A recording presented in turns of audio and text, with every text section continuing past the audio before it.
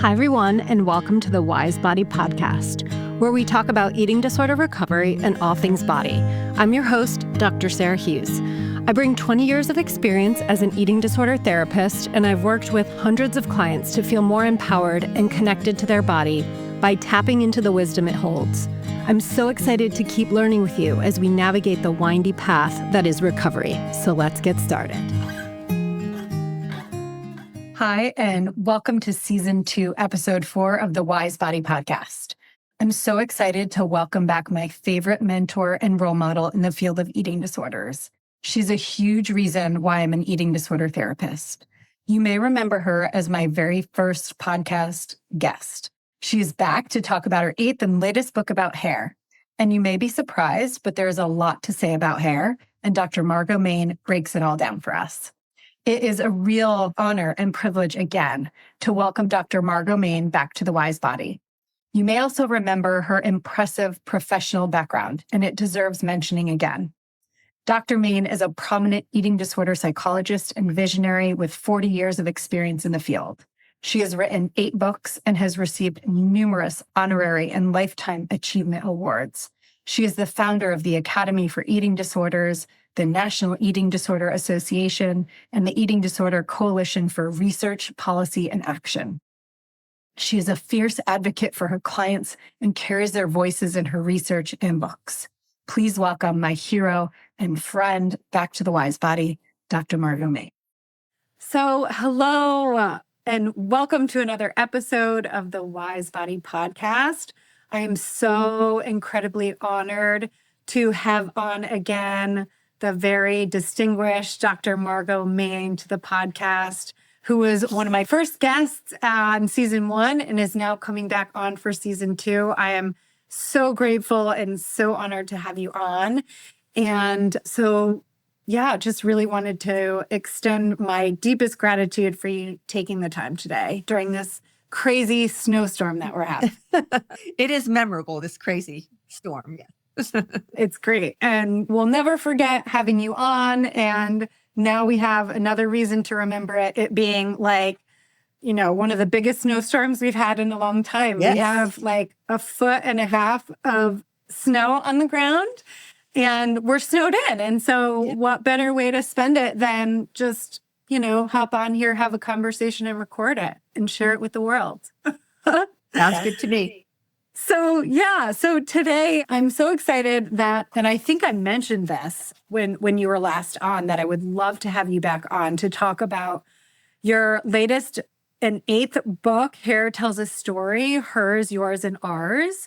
And I may have mentioned to you that since finishing grad school, I didn't pick up a book for a very long time.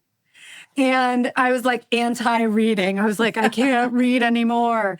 And then when you told me about your book, I was like, when can I get my hands on it? And I purchased it from Amazon, got it like in a day, read it in 2 days, maybe 1.5, couldn't put it down. It's so good and just so interesting to like write a book about hair. And I get it. There's so much to say, right? And so maybe that's where we begin, which is, why did you write a book about hair? What led you to this idea, this fabulous idea? Well, that is a really good question. To be honest, whenever I tell people that I wrote a book about hair, they look at me like, what the hell is wrong with you? Why did you do that? Because I've written a whole bunch of serious books about eating disorders, and they're very serious and, life-threatening disorders, blah, blah, blah. Very serious. And a hair book doesn't sound so serious. In fact, it is. So as soon as I start to tell people why I wrote the book, all of a sudden people are telling me a hair story. So it goes from, why did you write a book about hair, to telling me their hair story. So I think hair is one of those things that's sort of invisible to our psyche, and yet it has tremendous meaning, and it organizes us in many ways. It's a way to define ourselves. It's a way to be similar to other people and different from other people, to be similar to your family and very different from your family. It's a way that people control each other. A mother may always have a kid's hair a certain way, and it may not feel right to the kid. A father may control a woman's hair, a boyfriend, a husband, whatever. There's a lot of other people that sometimes control our hair. So it is very much a statement of who we are. And once you start thinking about that, it really makes sense. But there's a whole bunch of things that contributed to my thinking about hair.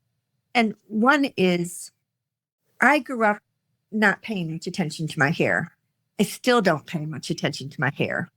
Like I comb it when I wash it, and I comb it in the morning.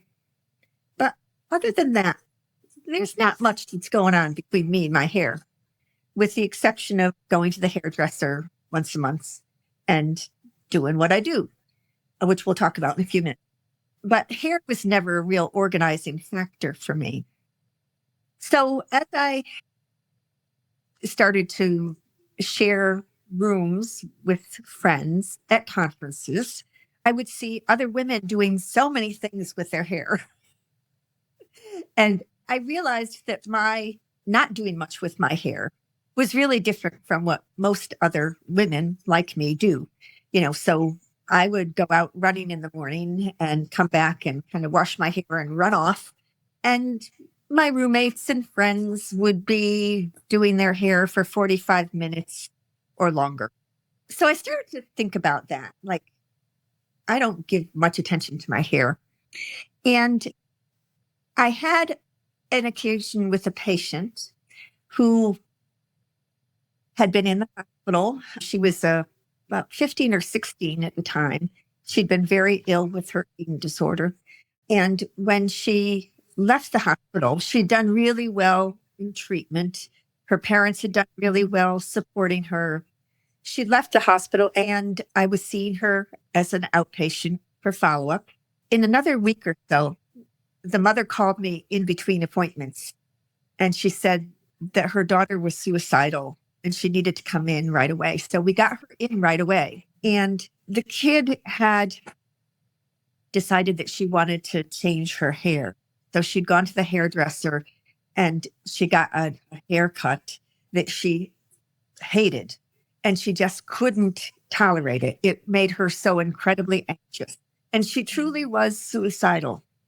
So we ended up having to admit her to kind of calm things down.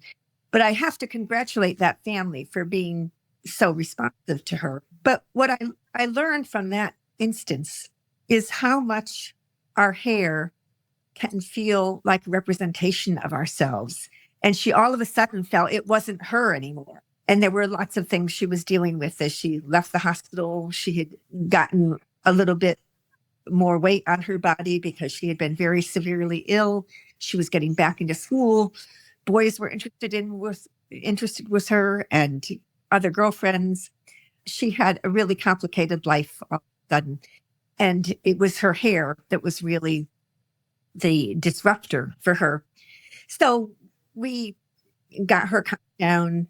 The family talked to the hairdresser. She went back to the hairdresser. They did a really nice collaboration, and she was able to get her hair to look like her insides. It didn't look like her insides anymore. So that was a really poignant moment for me, that a change in a hairstyle could be that disorganized. So those were some of the factors that were in the back of my head. Then all of our patients with eating disorders have their hair changes over time because they're malnourished. And so their hair is often part of their transformation. And sometimes they use it, as that girl did, tried to change it. So I'll change something big about myself and I'll feel better about myself. And it doesn't always work. Sometimes it does. But I really started to appreciate that hair had a lot of meaning to other people that it didn't really have for me. So another factor that got me to finally write the book was the pandemic. In the pandemic, all of a sudden, a lot of people could not get their hair done, whether it's cutting it, whether it's coloring it. If you're someone who straightens their hair, who has kinky hair, whatever, that all of those things were not possible anymore because we couldn't go to the hairdresser. So that was another eye opener for me, how disorganizing that was for so many people. So those things all kind of clustered together. And during the pandemic, I had a lot more time. We weren't going to conferences. We weren't doing some of the extras. And so I had time to think more about this and to do some research and find out all kinds of things about hair that I never knew before. So that's the backdrop. But literally, everyone says to me, why'd you write a book about hair? And then all of a sudden, they get it. Yeah, they have a lot to say about it. Yes, yeah.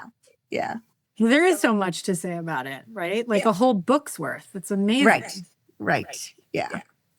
And I think hair is really the interplay of a lot of different things in our personal life and in our relationship to our culture and to our family. If you're from a different country, you may have no power over how you express yourself through your hair. So one of the things that also struck me was the story of a woman is Masa Amini. She was 22 years old. She was an Iranian woman. And in Iran and other countries in the Mideast, women have much less control and freedom than we do here in the United States. And they have to wear a headscarf. They can't show their hair. So this young woman, Masa Amini, she came out of a subway entrance or exit and came up the stairs. And I think her veil had fallen off. She didn't have her veil on. She was arrested. And she ended up dying in custody. She was probably killed by the people who were holding her, the police. It's a police state. And it was all about her not having her headscarf on. So that story was another thing that really woke me up about how we control women through their hair. And what a great privilege it is to be able to do whatever you want with your hair. So those are some of the things that went into the background of this book. Another Iranian woman wrote a book called My Stealthy Freedom.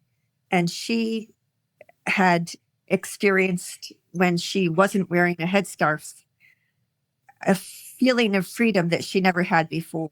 So when she would visit other countries, and this particularly happened in London the first time, that she was running down the street with just her hair and how that felt. So she put something on Facebook, and then she had thousands and then hundreds of thousands of followers talking about what their hair meant to them and how important it was for them to express themselves through their hair. So those things were all eye-opener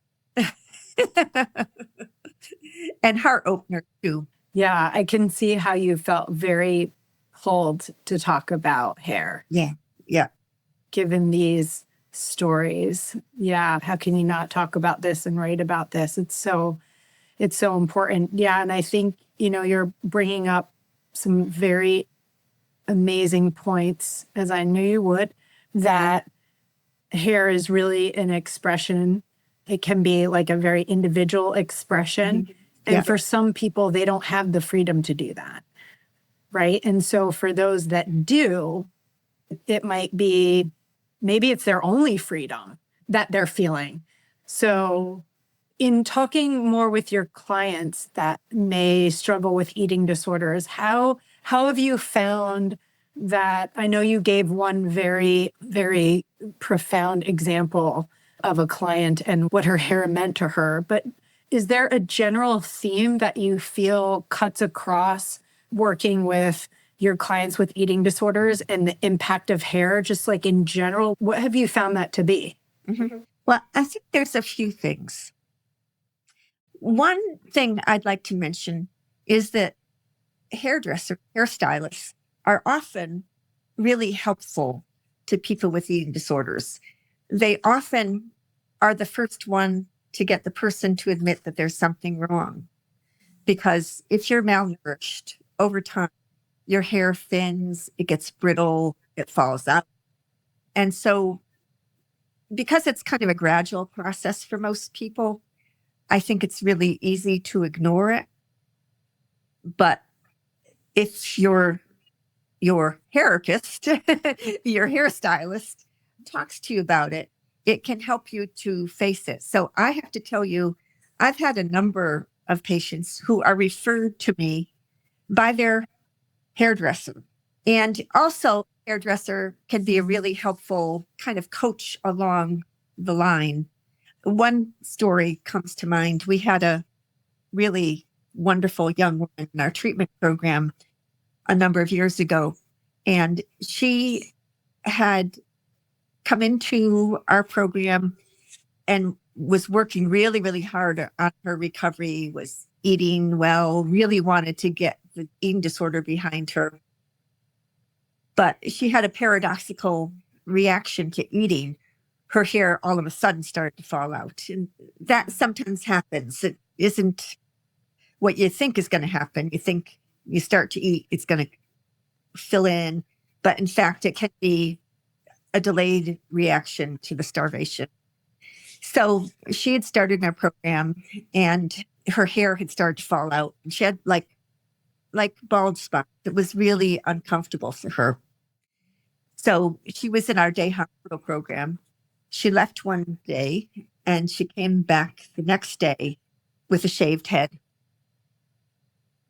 And she had gone to her hairstylist and they had talked about the bald spots. And the hairstylist said, the best thing to do would be to get rid of the rest of the hair and then it can start anew. And this is a new time in your life. She did a lot of symbolism about this would be a new birth for her, a birth of her hair. So she comes in the next day and she doesn't have any hair after having a bunch of bald spots. She was so inspirational to our other patients. It was just right. And she was inspirational to us as staff as well, that she knew she had to do something drastic, and she did. And her hair naturally grew back in, and it was the right thing for her to do. It's not the right thing for everyone to do, but for her, it was really the right thing. And her hairstylist was such an important part of that. So I have a number of situations like that where I've really seen the hairstylist being kind of like a co-therapist. Correct me if I'm wrong, but I feel like you've talked about how hair therapists are like frontline workers. Yes, essential workers. Right. Yeah. And I totally understand that. And similar to how maybe, I think we would probably agree, like a doctor, like that makes a lot of sense, right? Like where they know a lot about the body and, would know if someone is sick or not generally, but also like a hairdresser might recognize like, oh, I'm noticing a change, or are you feeling okay? Or being able to start that conversation. And I'm also thinking about like dentists too, right? Yes, where for sure. Might notice like, okay, I'm noticing you're losing enamel, or these teeth are in really poor shape, and maybe having that really hard conversation about purging, which is often, right, as eating disorders are sometimes really private.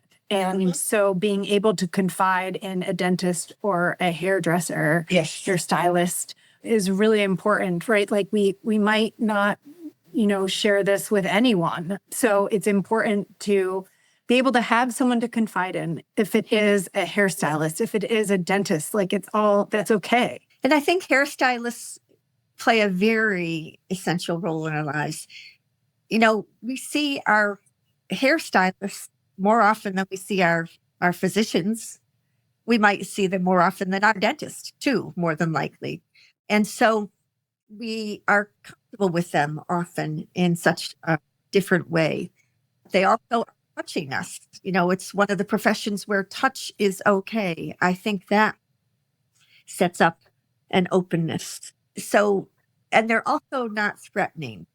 Now, if you are in therapy and your therapist starts talking to you about your bald spots, might be more threatening than if your hairstylist talks about your bald spots.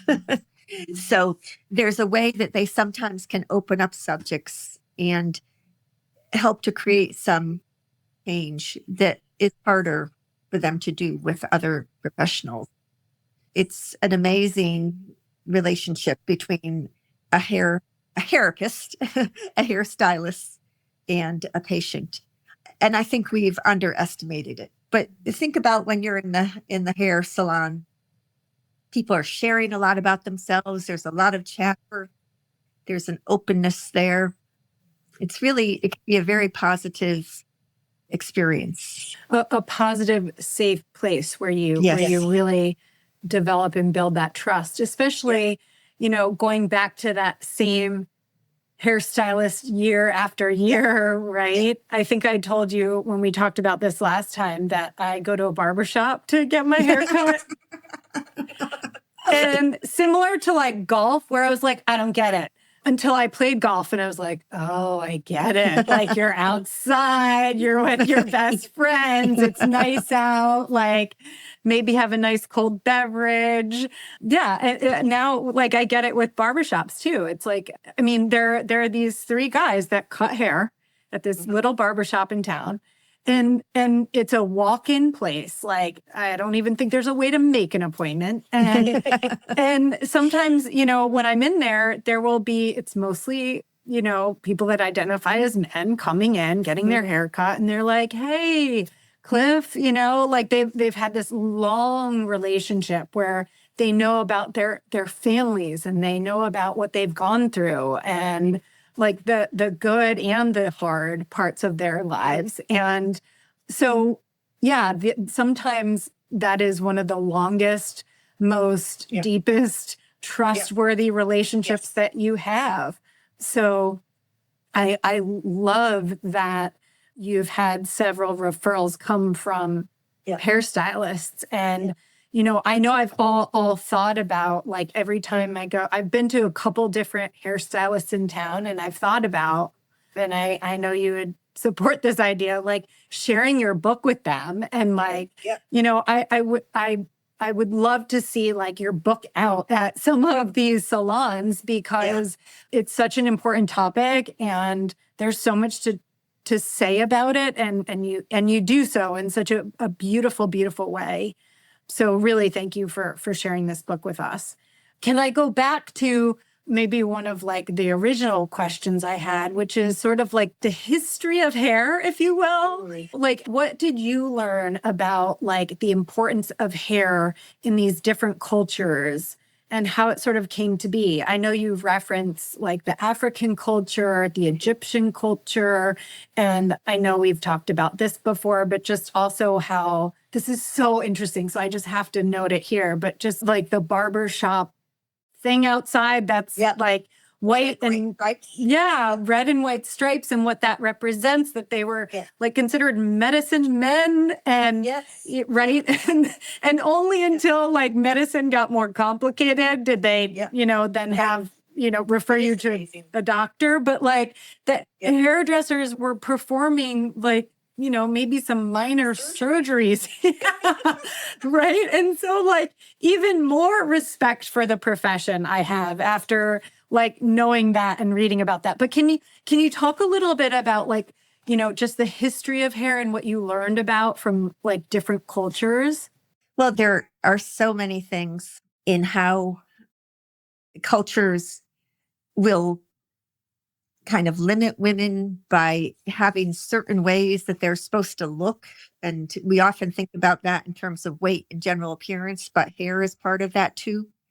There's a lot of like Native cultures and Native American also, where when the person moves from one life stage to the next, they get a different hairstyle.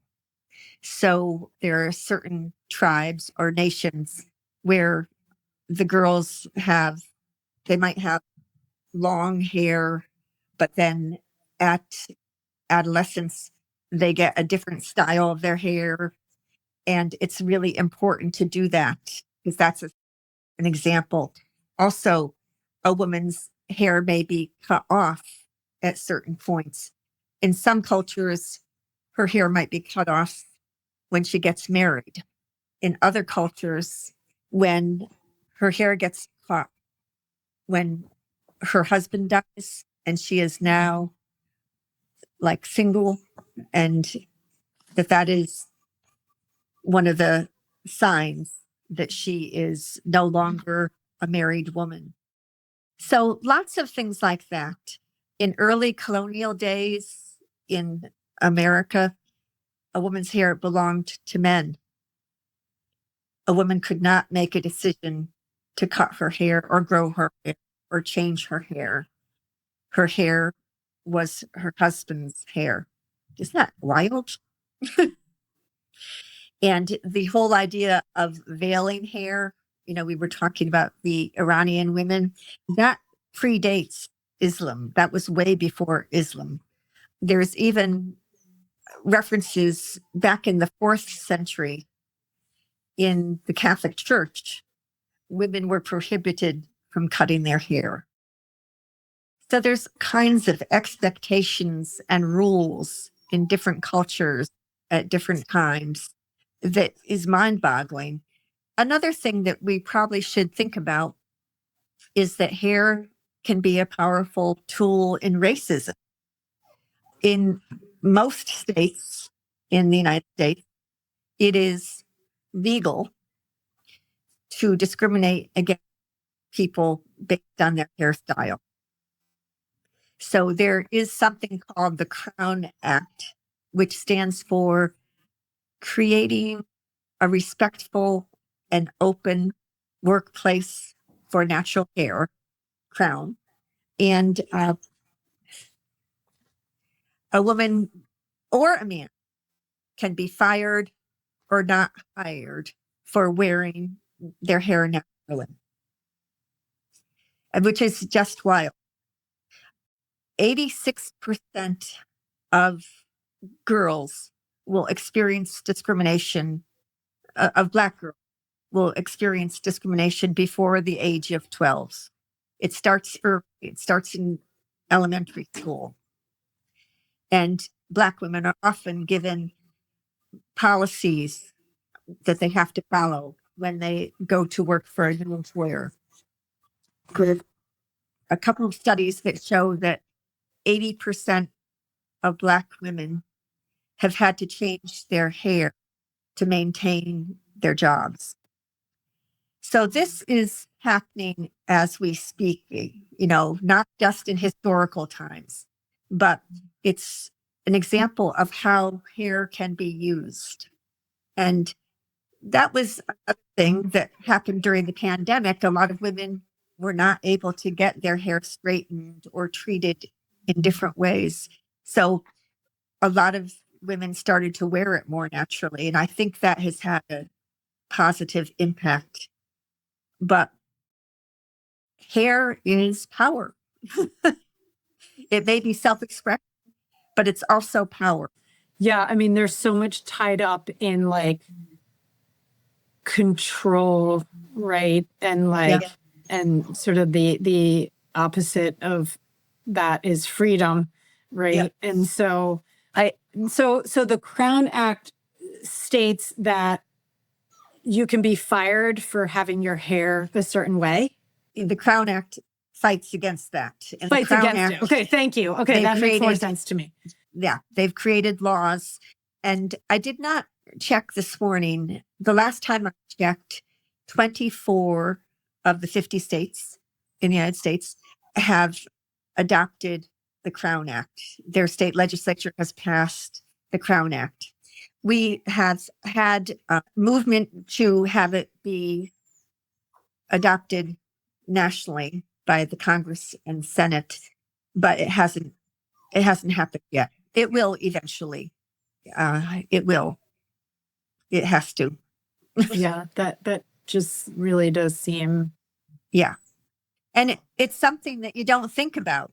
But until it maybe happens to you. yes, or you read a story about it. Yeah, right. And as you just say that, read a story about it, I'm thinking of, you might know this, I have a burned memory in my brain about, I don't know if it was a coach or a ref that cut off a wrestler's hair like mid-competition.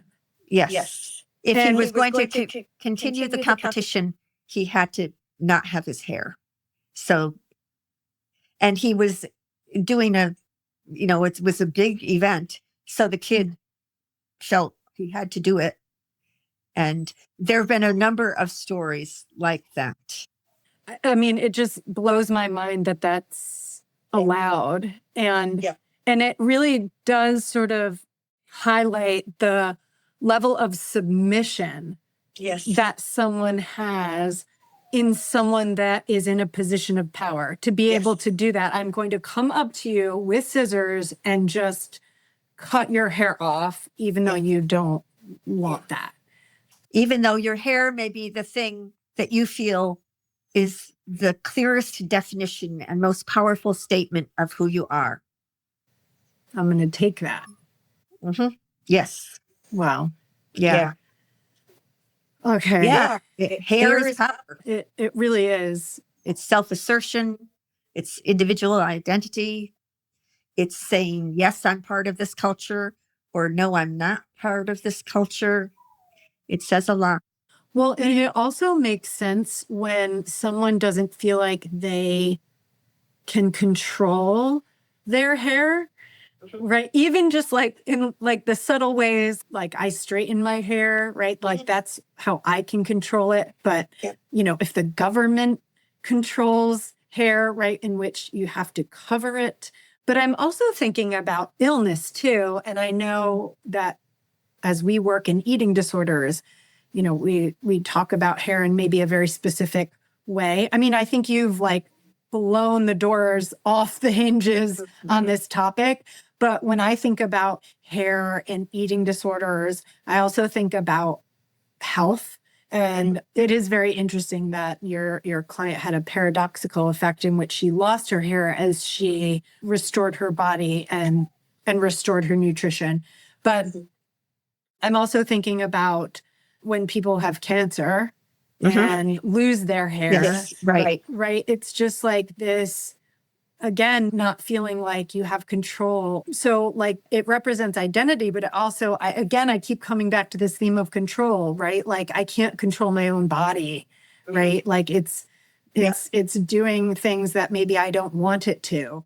And I think, as the podcast is called The Wise Body, I mean, there's a reason why that happens. There's a reason why your hair falls out, right? Like when you're taking very strong chemo drugs, right? It's an awful side effect that I think a lot of people try to prevent, right? By having those, like, I'm going to get the term wrong, but like ice caps, right? To preserve their hair. And I've known people to have done that because their hair is so important. And actually, one of my friends who went through treatment, like her daughter asked her, I think she's about 8 or 9, maybe 10 now. And the first question her daughter asked her was, are you going to lose your hair? Right? Like, and in a way, like, am I going to lose you? Am I going to lose, or am I going to lose a part of you to this? Right? Like, again, that symbol of that symbolic meaning of hair, of like how important it is. It's not just like this status, and maybe it is, right? But it's also like it's a part of you and part of who you are. And it's scary when you lose it or you don't have control over it. And for some people, their hair has been a really powerful image to other people, whether they realized it or not. When they approach like losing it with chemotherapy, they realize it. I've had a number of people tell me stories about having a loved one, a sister, another relative that they really loved dearly, but that when she got cancer and lost her hair, that was one of the biggest losses, was no longer seeing that head of hair. It was very, very powerful memories that people have about people's hair. Yeah. In fact, it's often the first thing people talk about when a baby is born. They see that little head come out and they talk about, oh, that great head of hair, or her hair is just like so-and-so's. It's why I changed Ruby's name. Really? Yeah. She was Lucy my whole pregnancy. And because I was picturing her to look like my son Hudson, who has blonde hair. Mm-hmm. And I just pictured like this little Lucy with blonde hair. Yeah. And when she was born, and she had like dark black, I mean, I joke that she looked like, a little Jewish lady. and so I was like, so we need a little Jewish name. Like, we need to like match this. Her name's Ruby. I don't know if that has any connection to Judaism, but anyway, it suits her. It really does. But like, because I had this association with this name, and a lot of people were disappointed too, because I mean, I got things like with her initials on it and monogrammed, and it's a family name. So it was something that was going to be passed down. It's my grandmother's sister's name, right? And so everyone was like, what? And I was like, no, she's got like dark black hair. Like, I can't do it. And they're like, okay, but Lucy on like Peanuts, Charlie Brown, she has dark hair. And I was like, I know, but I can't do it. So much so that I changed her name. And literally, like, we were signing out of the hospital, I didn't have a name for her. And my husband came up with the idea, and quick side note, my nephews call me Ruby, and so does my sister. They're the only 3 people in the world that call me that. And so I had to run it by them first. And they said, my nephew put it great. He said, I mean, it's going to be weird at first, but we'll think of all these other nicknames for her and it'll eventually be fine. And it is. And it really does suit her. But I absolutely agree with you that, like, we have such strong associations with hair from day one, from the beginning, right? Yes. And it might determine your name. I don't know. Yeah. Well, I know we just have a few more minutes. And so I thought your book really just is so amazing, and it's so full. And so I know we haven't touched on all the topics, and I want to make sure that I get to, in the back of the book, you have these amazing questions that I feel are like designed for like a book club almost. I don't know if that was the intent, but yeah, it was. It was it? Okay. Yeah, just these great questions in the appendix that are just really fun to maybe ask one another if you are in a book club reading this book. And so I thought maybe we could choose one for each other to maybe end with. And the one I chose for you, which I hope is okay, is, what role does your hair play in your body self? That is a really big, deep question. And I wonder how you feel about that one. Well, it's complicated, because as I was writing the book and in the years thinking about the book, I really thought I didn't have any hair story. That other people had hair stories. I did not have a hair story. But in reality, yes, you did. I do. And there was a chapter that it has some of my hair story in it. But there's a number of things, but I'll focus on this. When I was about 15, 16, I started to get gray hair. They just started here and there. Very premature. Yeah. And the aunt that I supposedly looked just like, I had been told, was totally gray by the time she was 30. Woo! I didn't look forward to that. So as I was going through those years, post 15, 16, up till, early 30s, I was very aware whenever any of those hairs came in. So when I was about 30, my hairdresser and I started to do some color of my hair. So started with henna and then went into more permanent color, I guess is what it's called. And so I am the poster girl for a natural body, natural aging. Honestly, what you see is what you get, with the exception of this. So I think it's really, really funny that the only fake thing about me is my hair color. Mm.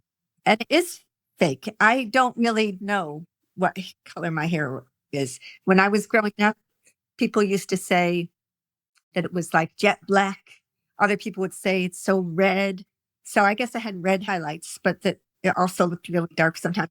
I never, ever have known what color my hair is. Wow, because you've been dyeing it that long. Well, no, I wasn't dyeing it back then, but everybody had different associations to my hair. Some people saw the dark, some people saw the red.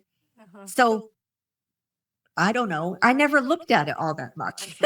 Yeah, I see what you're saying. But then, I knew I didn't want gray hair. So then we started to color it. And so I've colored it ever since. So my hairstylist says that there still is a fair amount of dark stuff in certain parts of my hair, but I don't know. So that to me is the ultimate irony, because I really am so natural in everything else I do. But your hair, you just did not want to turn. Yeah, I didn't want to look like I was 80 when I was 30. Mm-hmm. Or even look like I was 60, I guess. But I'm in other parts of aging. I really do accept it. I think that life is great if you're healthy. What difference does it make if you're 50 or 60 or 70 or 80 or where you are along your life? Right. But also, do you think because you've been doing it for so long too, that like it's just what you're comfortable with if you've been dyeing your hair since like you were a teenager? I don't know. Mm-hmm. Yeah. Could be that too. Yeah. But I didn't tell that I was around 30. Those earlier colors were just the natural colors that had, but I just never could identify what it was. And I didn't really care. Yeah, cool. So that's part of my story. Yeah, no, I know. I remember that chapter in the book. When I came upon it, because is it in like the middle of the book? Yeah.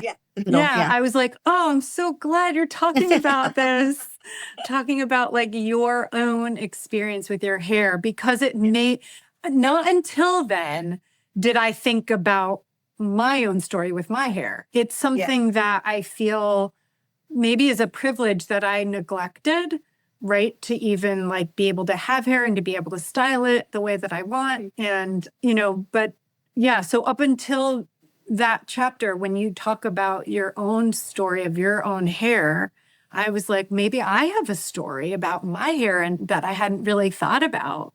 So I've got a question for you. I served you up. Tell us a memory about your hair. It's so funny because when I was looking at those questions in the back of the book, and I think when I emailed you, I was like, I can't remember. I can't remember a memory about my hair until I really started thinking about it. And so I think some of like my earliest, most favorite memories of my hair are when like my sister would do it. Like when she would like brush my hair or braid it. Those tender moments. Yeah. Like you're not really doing anything else. We didn't have phones or anything then.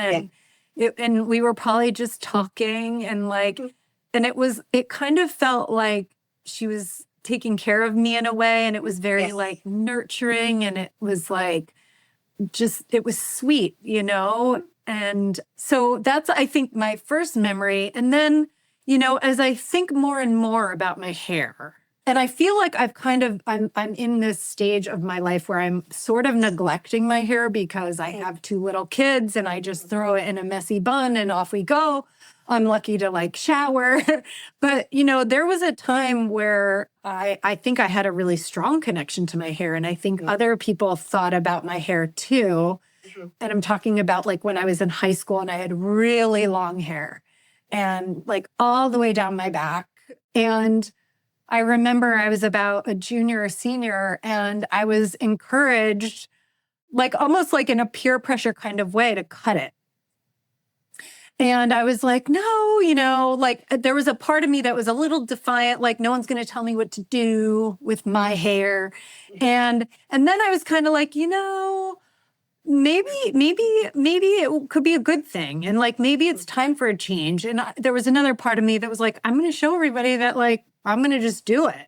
And so I made the mistake of getting my hair cut when I was visiting my sister in Switzerland. And so the hairstylist didn't really speak much English and I didn't speak much French. And I showed her a picture and it was very Mrs. Brady, like very short with a little like flip. Yeah, everybody knows that haircut. And I thought it was kind of cute. Well, it was not cute on me. I hated it. And every time I see a picture of me with that haircut, this was probably 25 years ago, because I remember my nephew was just born and I'm holding him. There are all these pictures of us, like, when he's a baby. And I hate it. It didn't, I think like we talked maybe a little bit about this, like it didn't feel like me. And it was such a huge change in which I kind of felt like I lost a piece of like my identity. And I think, that also I think connects with people that, when they lose their hair, right? It's like, I can't control this and this doesn't feel like me. And I just want to feel like me. And how do I regain that sense of self? And so, eventually I did. And that's like my quick hair memory, but powerful. It was. And I didn't think about it until I came upon your book and these questions, like when, it's just, I've been, I think, very disconnected from my hair. And I think sometimes this also relates to maybe feeling disconnected from self and body. Yeah. And there are times where maybe we do that for whatever reason, whether it's an eating disorder, whether it's motherhood, whether it's cancer, right? And so I think hair brings up so much, and I am so glad that you wrote a book about it. And I really, really thank you for writing this book. And I really thank you for being who you are and, my greatest mentor. And I adore you. And thank you so much, Margo, for being on the podcast again. And it really has been such a pleasure. Thanks for having me and for being so honest about your experience too. Oh, thanks, Margo. All right. Well, take care, Margo, and take care, everyone. And we'll see you next time. Happy hair. Happy hair. Bye. Thank you, everyone, for taking the time to listen in this week. I'm so glad you're here with me as we learn more from our wise bodies and about eating disorder recovery. For more, follow me on social media, and please share the Wise Body podcast with your friends. Lastly, if you're interested in a free client consultation, please reach out on drhughes.com. And remember, always take care of yourself and your temple. See you next time on the Wise Body podcast.